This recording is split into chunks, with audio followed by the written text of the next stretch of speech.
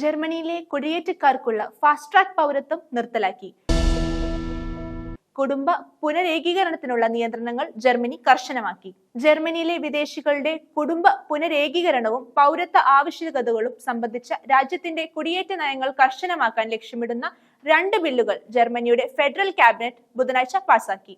നിയമമാകുന്നതിന് മുമ്പ് ബുണ്ടസ്ടാഗ് പാസാക്കേണ്ട ബില്ലുകൾ ആഭ്യന്തരമന്ത്രി അലക്സാണ്ടർ ഡ്രോബിൻഡ് ആണ് അവതരിപ്പിച്ചത്. കുടിയേറ്റ നയങ്ങൾ കർശനമാകുന്ന 2 ബില്ലുകളാണ് ബുധനാഴ്ച മന്ത്രിസഭ പാസാക്കിയത്. ജർമ്മൻ പൗരത്വത്തിനുള്ള 3 വർഷത്തെ ഫാസ്റ്റ് ട്രാക്ക് പ്രക്രിയ റദ്ദാക്കുന്ന ബിൽ ബുധനാഴ്ച മന്ത്രിസഭ പാസാക്കി. ഇത് നിയമമായപ്പോൾ ഉയർന്ന കുടിയേറ്റ വിദേശികൾക്ക് സ്വാഭാവിക നിയമമായ 5 വർഷത്തിന് പകരം വെറും 3 വർഷത്തിന് ശേഷം ജർമ്മൻ പൗരനാകാനുള്ള സാധ്യത ഇതോടെ അവസാനിപ്പിച്ചു.